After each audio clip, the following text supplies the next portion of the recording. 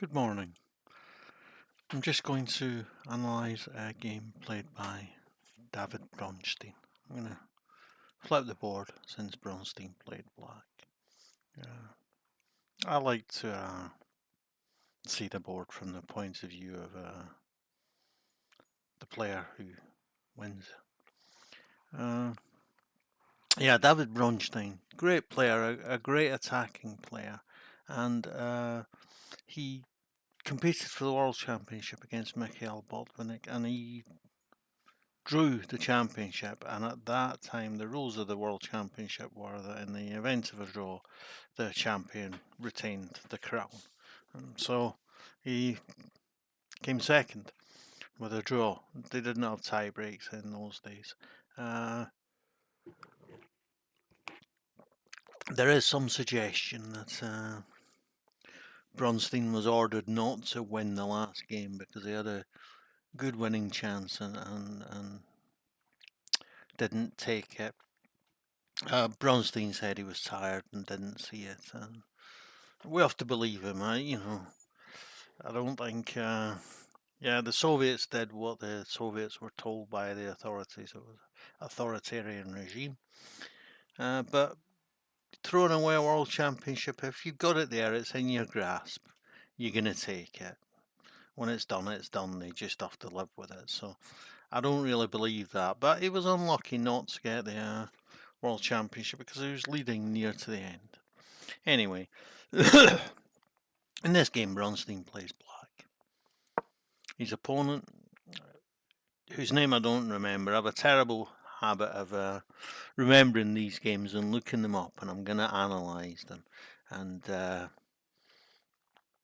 remember who the player who I'm interested in played was. I remember the colour. I remember the opening and that, but who they played again isn't always a thing. Played against isn't always a thing I remember. So I'm not sure who he played against here. Bronstein chooses the Caro-Kann. I recommend to new beginners the Caro-Kann. Why? Because it's very solid. It's very difficult to break down, and you can play more or less the same moves. The order matters. You have to think a little bit about it. It's not like the London system where you just play the same moves regardless. You have to think about it a bit more. I hate the idea of players playing a move without thinking about it. I think every move deserves some thinking about, even if it's subconscious and done instantly. I think it deserves some thinking about. One thing with the Caro-Kann must be said, it can be a bit slow and it can be a bit difficult to generate an attack, but let's see how that goes in the hands of a master like Dawid Bronstein. Yeah, d4, standard stuff. d5, standard stuff. He plays the knight to defend the pawn. Bronstein takes the pawn. We don't see any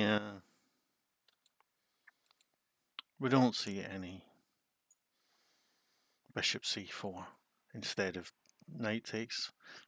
You're not going to expect to see the von Hennig gambit between strong grandmasters. It doesn't give white enough for his playing with the white pieces, so they don't do it. Yeah, this is main line. We're still in the book. Obviously, there's two choices here. You can take with the B pawn, the E pawn, or the G pawn.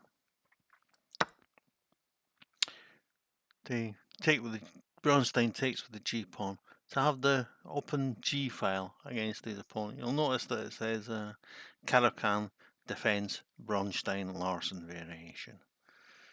I would argue with that. I like to spell defense properly with a C. Sorry for my American viewers. Just little sarcasm there. But this is because Dawid Bronstein and the Danish Grandmaster Bent Larsen are the people who developed the theory of this opening. And we can see also why this is kind of an important theoretical game in this line. So he develops the bishop. you could develop the bishop, the other bishop. You know, you know where it's going to come. It's going to come to there. That's the commonest place in the Caro-Kann. And if you develop the bishop straight away, it stops black from taking control of this diagonal by developing his bishop there. But he has things in mind, the white player. So Bronstein plays bishop to f5, and we see what he has in mind. He's plays the queen so that he's got the opportunity to castle long immediately. And white is 1, 2, 3 with castling, or 1, 2 if he's going to castle to where the file's open. Very unwise. So 3 moves away from castling, but white still has to develop these 2. So there isn't such a big difference in development here as it might appear. There's a number of reasons for playing e6. The idea is that in some variations, the king can stand perfectly safely on f7, e7 here, almost as if almost as solid as a castle position. I'm not sure this is one of these positions, but it gives him that possibility, and white has to think about that. But white just thinks, well, I'm going to carry on with my development. It is possible to say, yeah, he's blocking in his bishop there, and the knight, well, he's going to have to use another move to develop it. Isn't that a waste of time? Not really, as we shall see. So Bronstein develops his knight, and Bronstein's bishop is now attacked. Of course, he doesn't want the knight to take the bishop and end up with tripled isolated pawns on the f file. That's a terrible position. So it has to.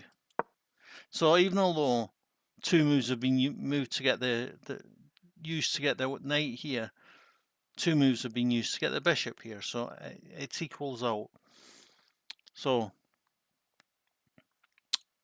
white can castle. Black has to move the bishop, move the queen, and then castle. So white is 2 moves away from finishing development, and black is 3 moves away from finishing development. Since black was a move behind from the beginning of the game, no tempi have been lost by either side. So bishop, queen. Now he's ready to castle, and then he would ready to castle long, and then he would just be that single move behind. And notice that white now has the choice to castle to either side, and he castles short. I'm not sure if he castles long, then the bishop is going to come here, the king's going to come here, and the pawns are going to be launched at the queen side. A4, A5, A3, B4, B5, B4, whatever. King side attack is going to occur. So yeah, queen side attack is going to occur if he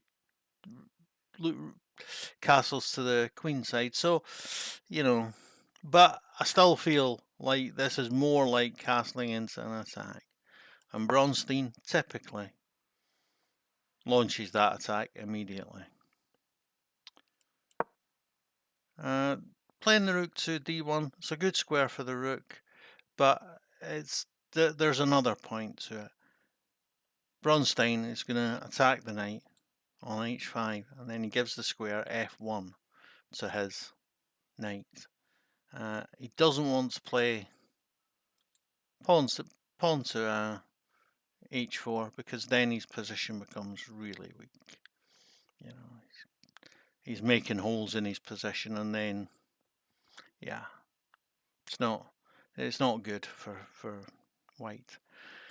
So Bronstein attacks the knight, and now obviously if the knight had to go to h1, the only square it can come out immediately would be g3, and it's already attacked. So And the knight's not so brilliantly placed on f1. So I think we can say Bronstein's achieved something. I just, okay, I'm attacking here in case you hadn't noticed. And he just goes ahead and pushes the pawn. If the pawn is taken, then Bronstein will take with the rook and be a bit nearer to attacking. Doubling up the rooks. Queen is already hitting h2. Ready-made attack. So the pawns push forward to avoid that, but that's a hole. That's a hole. And alright, he's got the light square bishop, so, maybe it's not as serious as it could be, but it's still, it's weaknesses. And these weaknesses he's just created, surprise, surprise, have a role to play in the end. So, now he castles. And since White's knight is on the back rank, you can't say that it is developed. So he still has a move to go to be finished with his development. And Black has a move to go. He needs to move his bishop to be finished with his development. And he's already on the attack. So I would say the evaluation here, I'm going to guess that the evaluation here is about minus 1.4. I'll just switch on the analysis and see how good my guess was. No, plus 0.53. Not doing so well here, Black. Well, can't win them all. But I do like, in practical terms, I do like Black's position. Maybe the pawn structure is the thing that counts most against it. The machine is brilliant at defense. He doesn't find a problem with defending these weak positions. So, c4. He's trying to create a storm on the queen side. Obviously, if he can get these pawns swapped off, the rook and the king are on the same file. And if the king moves to get out of that issue, then the queen and the king are on the same diagonal, which a bishop is already ready to attack. So action must be taken now, and he plays c5 to prevent that problem. And, okay, White is still determined to have that line open. But Bronstein just pushes past. You'll notice this pawn is now passed. No pawn can stop it, and it's supported. It's what's called a supported pass pawn. This is always considered an advantage. If I get the opportunity to create a supported pass pawn, I don't hesitate. I create that supported pass pawn and think that there must follow some tactics, some positional, some endgame opportunities with this. And this is certainly what White is looking for, endgame opportunities with his supported pass pawn.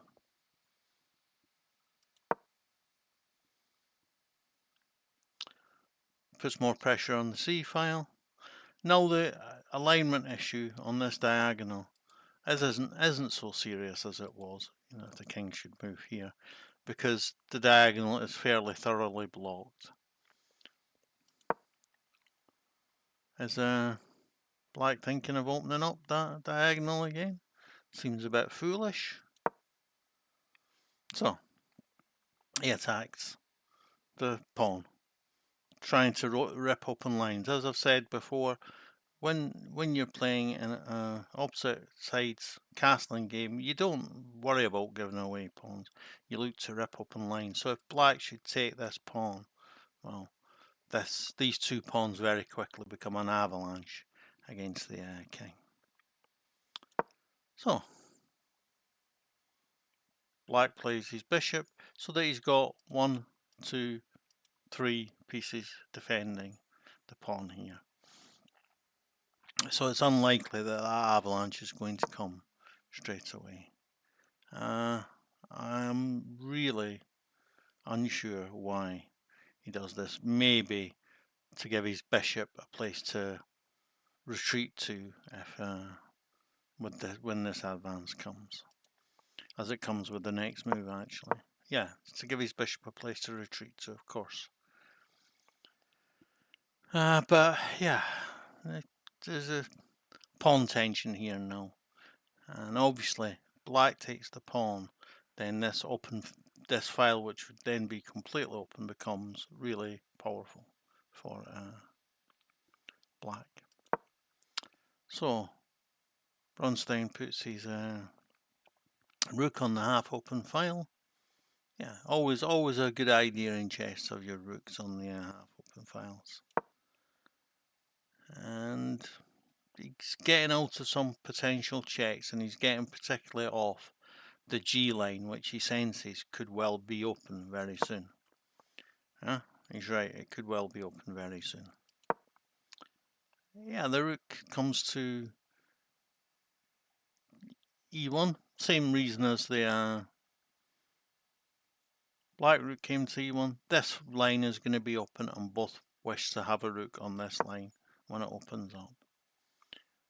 Okay, so yeah, of course he's going to push forward and try and break open the E line.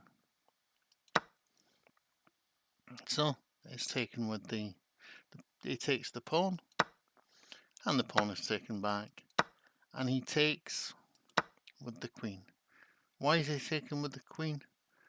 It's because the bishop is already influential on this diagonal. Yeah, you can make the bishop influential on this diagonal by playing by taking with the bishop, but also this allows this pawn the freedom to move. So, you know, the pawn is still blockaded and the bishop is still doing a useful job, and the queen controls this g1 to a7 diagonal.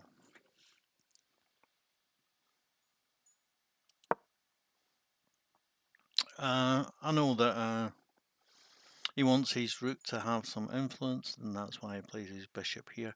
But one of the things that power play chess, Daniel King, often complains about is that rooks are not in contact with one another, split rooks as he says, and they're definitely weaker. And of course this bishop, as well as allowing the rook to see the E line, interferes with the job of the rooks. So the rooks can't see one another, so there's only the queen defending them. If the queen can be chased away from that defensive duty, then the rooks are undefended. So great, he doesn't any longer need to blockade the pawn.